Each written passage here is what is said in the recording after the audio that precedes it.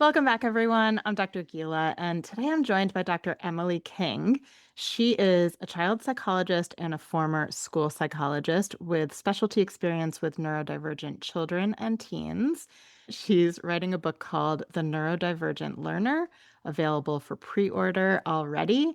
And she also is the creator of the Neurodiverse Classroom, which is a professional development curriculum for educators. In other words, she knows what she's talking about when it comes to neurodivergent learners. So I asked her to come on the podcast. We're going to chat about how to support your neurodivergent learner, both in school and also at home.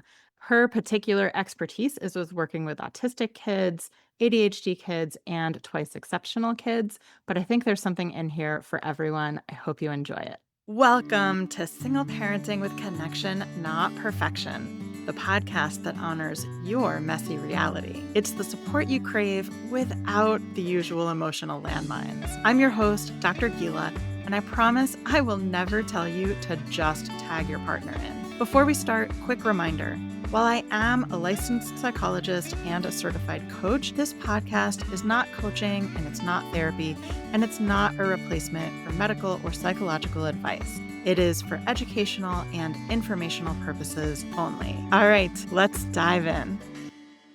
Emily, welcome. I am so excited to have you here. Thank you so much for having me. I wanted to focus today on neurodivergent learners. I know that's one of your major expertise. You were a school psychologist and a child psychologist, and you have an upcoming book all about this. I do, coming out August 25th. Amazing. And I think you mentioned specifically you focus on autism, ADHD, and twice exceptionality. Is that right? Right. Yeah. What do you think parents of kids with these diagnoses need to know in terms of their child succeeding in school and maybe also supporting them at home? But let's start with school. Yeah, so I always start with this, systems level viewpoint of we test and diagnose kids truly based on a medical model. And Yep. then we try to fit them into this educational system, which is Hmm. also pretty much designed on a medical model. Like we're going to teach everybody the same thing. And if it's not working, we're going to do this different program called special education. And then it should work. And it's like Yeah. this or that, general ed or special ed. So we have to understand the system doesn't really work that well for a dynamic learner, like a learner who is going to have uneven development. Like, autistic learners have these wonderful strengths in some areas and then a great need for support in other areas. And definitely, especially a twice exceptional, like a child that's intellectually gifted and has ADHD. They're going to have very uneven development that's not going to fit nicely into, let's say, a third grade curriculum. So the Right. first thing just to know is that your child is not broken. There's a misalignment here with how we've created education to be over the last 100 years. And I think we're in the middle of like a movement, honestly, to figure out when, most kids do, neurotypical learners will be able to learn and do learn in a group learning setting that is categorized by ages, right? Hmm. But neurodivergent learners are really, I always say they're on their own path, right? Like if you're parenting a kid, like I've got to follow these interests or follow this attention span, because that's where the engagement is for learning. And that doesn't always align with what's going Hmm. on at school. So just know that it's hard, not because you're doing it wrong. It is just Yeah. it's just challenging. And Yeah. then once we get closer to like the school level, that's kind of like the system level. And then the school level is trying to figure out, the system around IEPs and 504s and how you're going to get your child the services that they need really on paper and in reality. But then Hmm. beyond that, it's the teacher level of really making sure that you are figuring out how to collaborate and communicate with your child's teacher. And it gets a little more challenging as they get older and they have multiple teachers and you're trying to help them, learn how to email a teacher or speak up in class. So we could go in many different directions with different Yeah. levels of schooling. But if you think about it in those three, like systems level, school level, and then just think about, my child and their relationship with their teacher in this classroom, that's a good place to start for setting the stage for success. Hmm. Because at the end of the day, what I want all parents to know is that success is not achievement. We are born and Mm. bred on this idea that academic achievement is success. And you and I both know as mental health professionals that, I mean, in my opinion, mental wellness, authenticity, Yeah. joy, these are things that are success, right? And Hmm. I've just seen so many children who are high achievers and not mentally well, Hmm. right? And also Um, achievement sort of is in some ways antithetical to the whole growth mindset thing. It's right, sort of this like you've accomplished it, you've checked it off checked the right. box, and it's not this like acknowledging that sort of continuity of learning and that we're Yeah. always growing. We're Yeah. always learning and always growing. And I'm sure everyone listening, when I talk to parents and teachers, they're like, oh, yeah, that's how I thought about it in school or how I was treated. And I turned into a Hmm. perfectionist and a people pleaser. And then I forgot everything I learned about that math class or that history Yeah. class. Yeah. So yeah, I mean, I always also just want to challenge everyone to really follow your kids' interest, follow your kids' attention span and engagement. Hmm. That's going to lead to their success, and it is not going to be linear by any Hmm. means. Um, but that's what I want parents to know starting out. Yeah, yeah.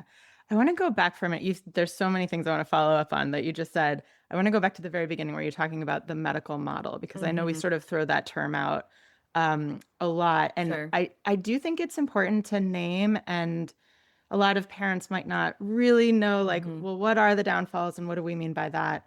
You know, so one thing that I think of, first of all, these diagnoses they're boxes, right? We're Hmm. putting kids Hmm. in humans, not just kids, adults also in boxes, and they're boxes that are really defined by deficits.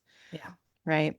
And what I'm hearing you say is that another really big piece of this, a potential drawback, is that they're also kind of one-dimensional in some ways, Hmm. that Hmm. you lose a lot of, you mentioned dynamic. Hmm. Can you say more about the dynamic piece that and the non-unidimensionality of it? Yeah. Yeah. I mean, so this I feel like is the most obvious when we talk about autism, Mm-hmm. simply because there's so much about the world from a sensory perspective that influences our ability to attend, connect, engage, and then learn, right? Mm-hmm. So it's true for all of us, but in all my years working with autistic children and teens and adults, it's so obvious that they cannot learn without it Mm-hmm. being relevant to them, without them feeling safe in the environment, without them feeling connected and understood and heard by the people around them. Like it's not a like I won't learn that way. It's like I can't learn that way. So that sends Yeah. us on this path to thinking about how dynamic our nervous system is. So Mm-hmm. when we think about the medical model, the most extreme example I always think about is just orthopedics, right? Like our child breaks their arm and there's a diagnosis of a broken arm, and then someone has the skills to fix it. Mm-hmm. And it's going to heal, and it's a fairly linear path to like problem solve, treatment, healing, right? Mm-hmm. And when we think about child development, first of all, we can globally talk about, like, our child growing on the growth curve and our child gaining skills through over time with development. Yes, those are all generally follow some sort of linear path. But when you really get down to the day to day, of raising a child, of watching. I work with parents all the time, and sometimes teachers, and they're like, "They had it yesterday. Where did it Yeah. go?" Yeah. They totally were able to do that. Well, they may feel tired today. They may be getting sick. They may be constipated. They may be sad Yeah. about something. So, all of those emotional and sensory experiences that affect our nervous system create that dynamic movement of development that you just can't fit nicely into a medical model. Hmm. And honestly, if I can nerd out on the history of our education system too, but it's very much paralleled with we have this group of young people. We want to, I mean, it all started when we wanted kids to be able to read, right? So we want to teach everybody to read and do math. And then Hmm. all of that has gets complicated with the cultural context of it because there were moments in our history where we didn't want kids to work, and then some families needed their kids to work. So like Yeah. there's all different types of cultural and social differences that have happened that have influenced education, that's a little different than medicine, I think. Hmm. But it all comes back to there's absolutely no one thing that is going to fix. Like we do the same thing to fix a broken arm.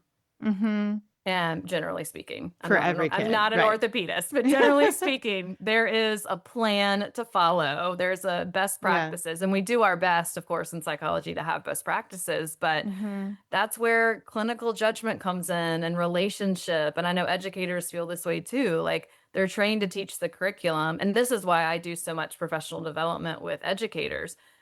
I'm not there to teach them how to teach the curriculum. That's what they go to school for, right? Yeah. I need them to understand the social and emotional needs of these kids. And if they are not feeling safe and connected, they're not open to new Yeah. learning. Yeah. It's the same as parents. Yeah. We know when our kid is shut down and our words are not getting in. Yeah, if you can't reach them, you can't teach them, Right, right? right. Yeah, yeah. And I think it is a helpful message for parents to remember also because it's not just true for math and reading, it's also true for like, well, my kid is normally fine going grocery shopping with me, and today they're a hot mess and I can't get Yep, them to do anything, right? And yep. so, or even tying shoelaces or, Yes. various from soft skills to hard skills that it isn't linear. Like you said, it's not Mhm. they can do it a little bit today and a little more tomorrow and a little more tomorrow, and then they Mhm. master it, and then they're done mastering it and they never have problems with it again. It's not like that, really, I think for any kid, but even more so for Mhm. neurodivergent kids. Yeah. Yeah, yeah. Yeah. And so, and the context, it's all happening in a context, and it's important to take into account that sort of bigger picture. Yeah, absolutely. And what you just said about the skills that, are variable. Like they were able to go to the grocery store yesterday, why can't they handle it Yeah. today? I call that the learning circle, which is I write about in my book, but basically I think it all helps us as parents to like have at least have some categories in our head when things feel so all over the place. But I think of those skills as like not mastered at all. Like we're not even going to ask our kid to do that thing. And it might be like, a very young child cooking on the stove. Like we're not even Yeah. going to, they're not even developmentally there yet. We're not doing Yeah. that. And then there's mastered on the other side of the, spectrum where it's like, even when my kid is sick or tired, they can do this thing. So like an older child being able to get dressed to go to the doctor. They Mm-hmm. can still get dressed even though they feel really terrible. But probably a 4 or 5 year old feels really terrible. You might have to get them dressed because they might Mm-hmm. regress in their skills, not feeling well. And then like everything else is in the middle, and it's a learning circle where it's like, if everything's going well, they can do the thing. But if something's off, especially with sleep and food and mood and, all the things that throw us off as humans, Yeah. we're going to see some regression with skills that is temporary. I know we saw it a lot over COVID, Mm-hmm. which was so interesting to see, like lots of sleep regression, some toileting regression, Yeah. that in my practice at least kids recovered from that, but it was fascinating to watch because it's not unheard of at all that when things are stressful we regress in some of our Yeah. skills, and that's the same thing is true for kids. Yeah. And since this is a podcast for single parents, Yeah. right, the stress can sometimes be parents are getting divorced or Hmm. parents are arguing or, something going on in the family unit, some transition, some Yeah. change. Yeah. Also, emotion regulation is, I think, like a skill that we don't often think of as a skill that this absolutely applies to. One thing that's coming through in what you're saying is the lens that we talk about a lot on this podcast, that when kids are not doing something well or having really challenging behaviors, that it is them struggling, that Hmm. they're having a hard time and that it's coming from someplace, right? There's other things that are contributing to that. And certainly, it sounds like from what you're saying, this absolutely applies to school also, to the Yeah. academic piece. Yeah. Yeah. And when you have family transitions that I know many of your listeners do, it's if you're wondering, like, is this a good time for me to teach my child a new skill? It may not be, is Mhm. this a time for me to stay really consistent in all the things that I can? Probably, like if Mhm. there are going to be variables in life transitions, family transitions that you can't control. But Mhm. when we think about school, so school is actually very routine and Yeah. very predictable. Well, once we've gotten past all the snow days in the wintertime, Right. that is definitely, not predictable. Yeah, it doesn't feel That's a very whole predictable nother right now. podcast to talk about how that throws off neurodivergent learners. Yeah. But Yeah. generally speaking, they go at the same time every day. They go every day. The schedule within school is very consistent. And so often it's really helpful to talk to your child's teacher if you're in a family transition and say, look, things are pretty unpredictable. My stress is a little higher. I, I mean, kids feel it, right? It doesn't matter if Yeah. we don't talk about it in front of them. Kids feel our stress. And Yeah. so bringing a teacher in to that circle of trust, basically, of like, please let me know if you see anything new from my kid because we could have a behavior regression of some kind during this time that wouldn't Yeah. be out of the ordinary. Yeah. But just to let teachers know that you're doing your best and Yeah. it's something that you're navigating and Yeah. you'll get through it.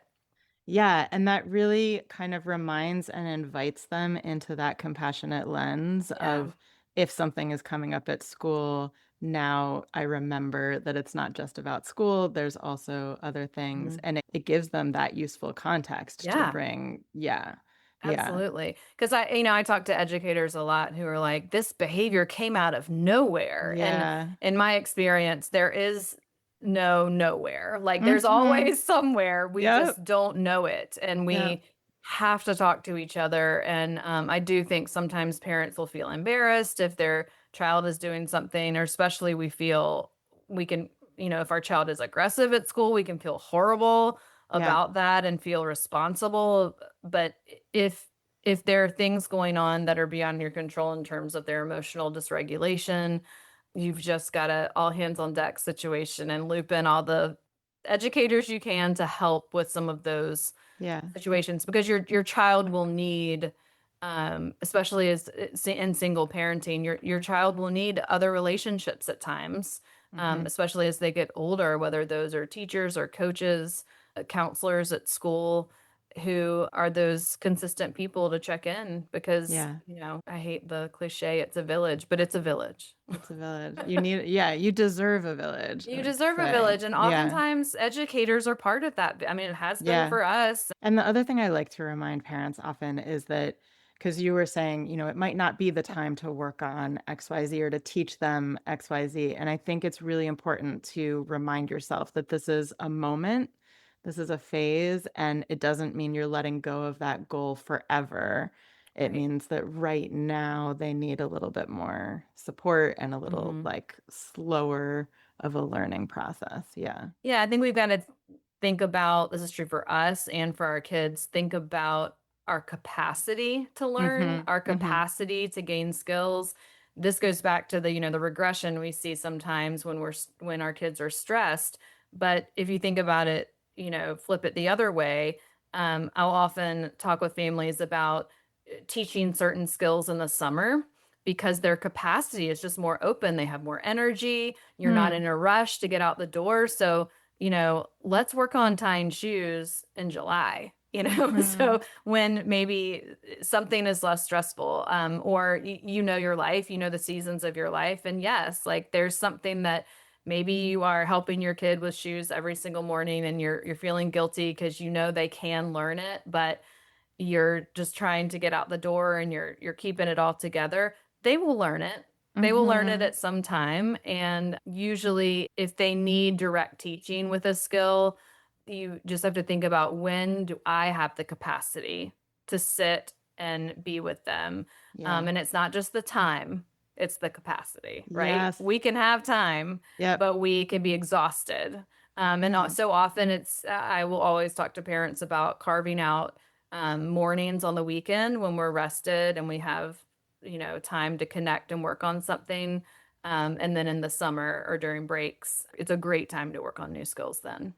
Yeah, so important, right? Not just the child's capacity, but your capacity. So Oh, yes. maybe on the way to school, on the way out the door to school is not the time to teach them to tie their shoelaces, Which is right? when they're tying their shoes. So Right. we're going off on a tie and shoes tangent, but it's just an example. Like, it makes sense to teach your kid the thing when they do it in the routine, but Yeah. often that's not when we have the capacity to Yeah. teach or to learn. Yeah. And so we just really have to flip that on its side and be like, okay, I really want them to learn this skill, but we are a hot mess in this transition and it is not Yeah. happening, Yeah. So really just think, when can we have a tutorial about this Mhm. later?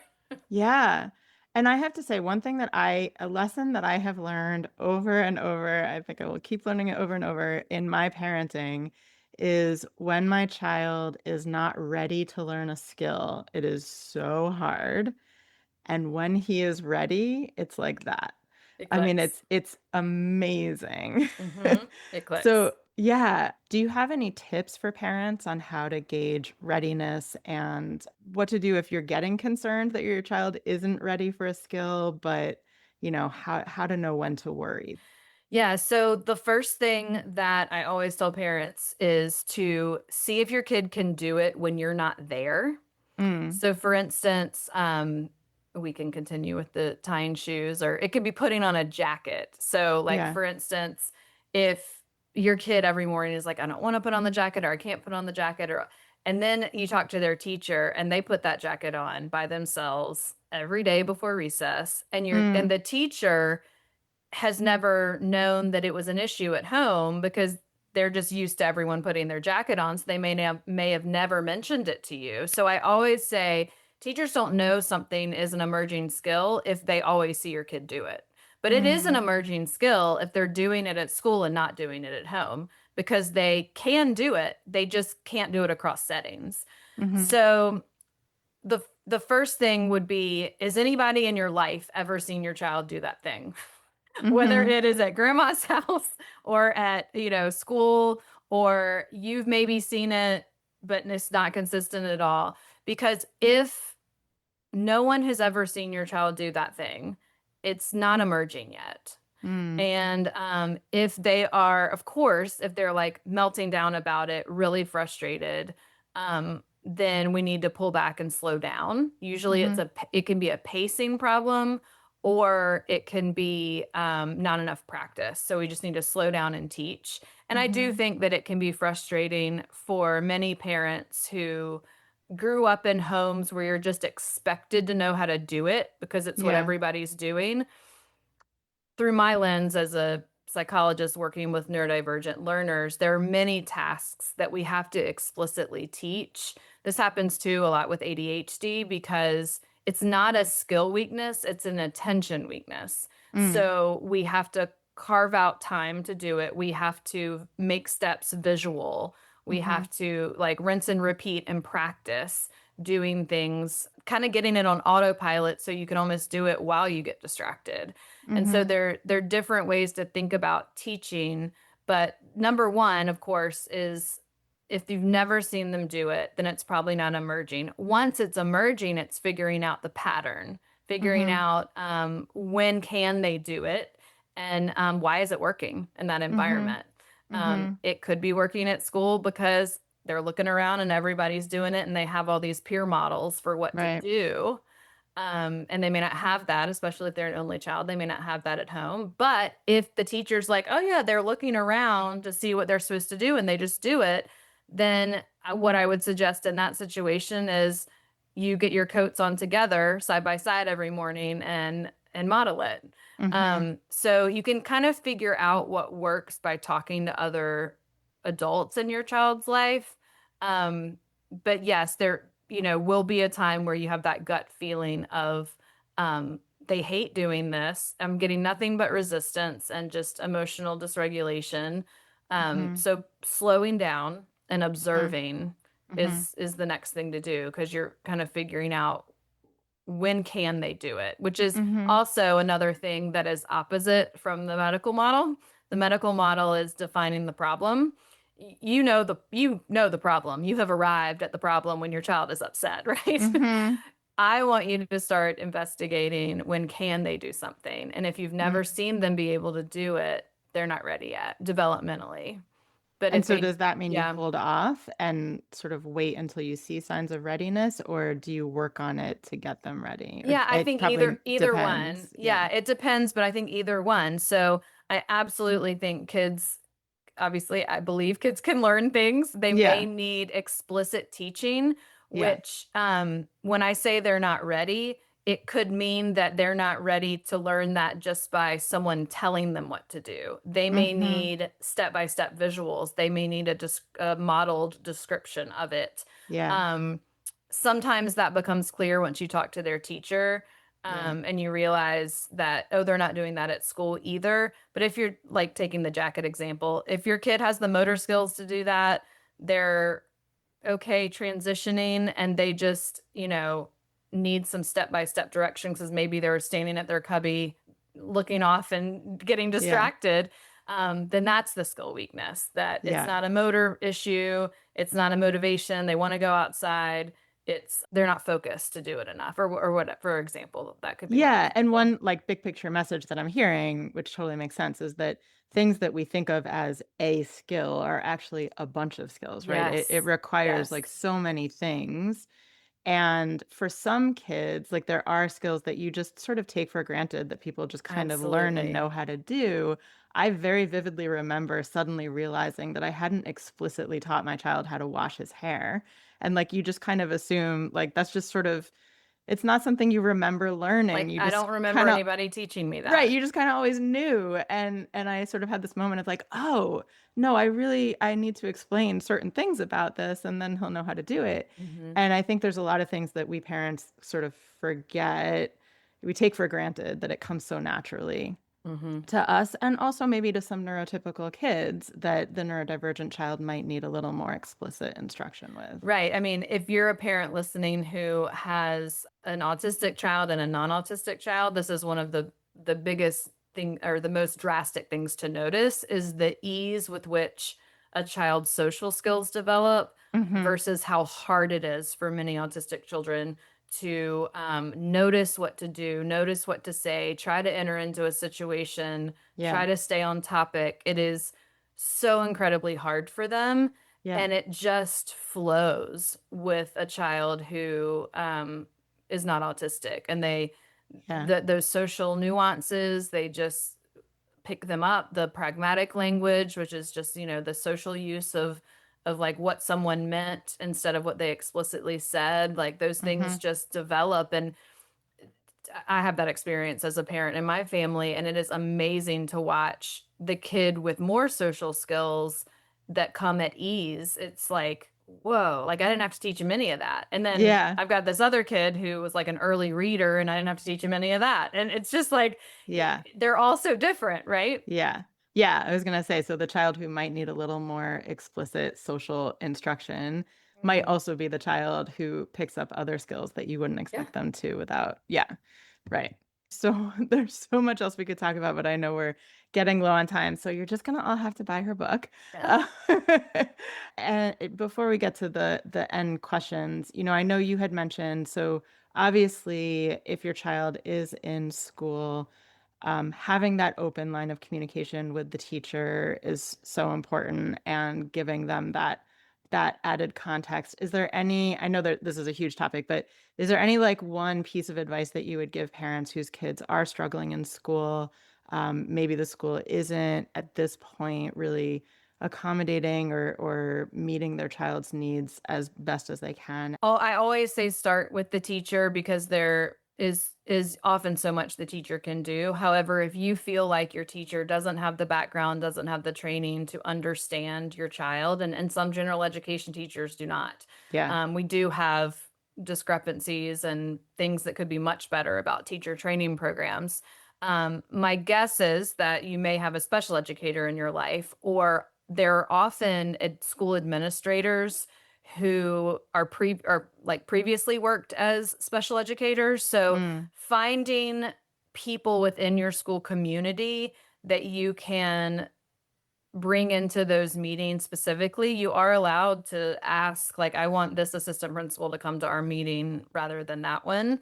hmm, It depends on the school, but I have, encouraged families to do that because you can I always tell, I feel this myself and you may as well. Like, I went to grad school. I am a licensed professional, but so much of what I learned is from my lived experience. And every time hmm. a parent says, "Oh my gosh, I'm so glad we got this teacher because she has a kid with ADHD," or Yeah. that kind of thing.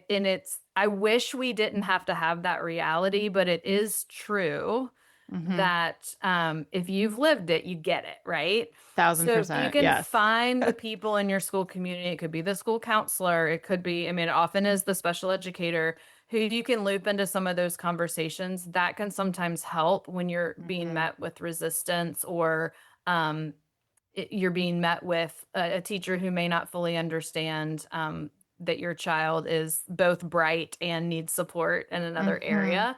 That's a common question I get. And so Yes. it's just finding that person to also be on your team and be the bridge between you and the school. Yeah. And really also that speaks to me of trusting your instinct that Hmm. there is something missing, right? Like just because someone is Yeah. a particular kind of specialist doesn't necessarily mean that they understand what's going on for your kid. And if you're Hmm. feeling that disconnect, to Hmm. trust that and give yourself permission to reach out for other support to supplement Yeah, it. and some parents will, collaborate with like an advocate outside of school, Yeah. their child's therapists outside of school to run something by them. Like, does this sound right? Is this, how it works? And it, Yeah. most neurodivergent learners have an occupational therapist or a speech language pathologist that works with them who've, all these professionals have school experience and have usually done like trainings in schools and early in their career. So they'll be Hmm. able to guide you. Yeah. Awesome. All right. Thank you so much. I warned you ahead of time, but I ask every guest that I have on the podcast two questions. So one of them, this is a podcast about parenting with connection, not perfection. And I'd love to hear, what is something that you do that fosters connection in your life, whether it's with yourself, with a kid in your life? So with myself, it would be related to music and nature. So Mm. in my book, I do talk a lot about the things that regulate us, and for me, those are my choices. So I love singing, and I love teaching myself songs on the piano. I'm not, Oh. like super great, but But you enjoy it. it's not the output that matters. It's the experience. But I Yes. absolutely love music and adding that into my life. And then like hiking and walking is, just being outside in Yeah. nature. And then with my kids, it's games. So that's the one thing I feel like we as a family, as like that in that parent child relationship, Yeah. even though they grow older, the games can change, but Uh-huh. just everybody getting off their screens and playing a card game, or playing, sometimes it's on screens. Like, we love all the word games, Uh-huh. like the New York Times word The games, and Wordle and stuff. and, and Yeah. all those things. So we have daily like battles of who can Yeah. get that the fastest and things like that. So that's how we get connection kind of on a daily basis. I love it. We love games here too. We just discovered Azul. I don't know if you've ever played that. Mm-mm. No, it's a fun one. And someplace in your life that you have embraced imperfection. Yeah, I mean, I guess it would be with my stumbling into learning how to play the piano again. So it's I love something that. that so I, took piano lessons until 8th grade and then convinced my mom to let me quit when I went to high school. And I ended up doing like theater and choir, and so I was continuing on with music. But later in my life, I just was like, I wonder if I could still do it. And I absolutely am what I call a recovering perfectionist, high achieving student, people Yeah. pleaser, Yeah. and so I do wonder if I, like, didn't stick with it because I felt like I was better at other things, and Yeah. so the older I get, the more I'm like, "Who cares?" Right? Like, I enjoy figuring out the chords to a song and just messing around with it, and, I think my younger self wouldn't have been okay with all of those imperfections. Yeah, I love that, and as an invitation to parents listening, right, like, it's modeling for your kids that Yeah, you're doing something that you're not a virtuoso in, but you're right. It's still just able for to enjoy fun. it. Yeah, I love that. Amazing. Well, thank you so much for being here. If folks do wanna connect with you, what's the best way for them to do that? If people want to keep learning with me, like I say, is all my info, blogs, and parent workshops. I do monthly parent workshops on Substack. So you would go to learnwithdremily.substack.com. And I'm going to create a code for all the listeners for a free month on Substack. And that would get Awesome. you 30 days of just being able to watch any of the videos, the replays of the workshops in the archive. And I will make sure you have a link to that. And then, Yes, I will link to all of it in the show notes. That's yeah. And so then generous. Thank of you. course. My first book, The Neurodivergent Learner, is going to be out August 25th, and it actually is available now for pre order anywhere books are sold. Amazing, and so exciting, congratulations. Thank you. That's a big deal. I'm excited to see it. Alright, well, thank you so much. So lovely to chat with you. I'm sure we could have chatted for hours more. Maybe I'll have to have you back. I'd love it. Thanks for Alright. having me. That's it for this episode. I am so glad you found your way here. And remember, even if you're on your own, you don't have to do it alone. You've got this.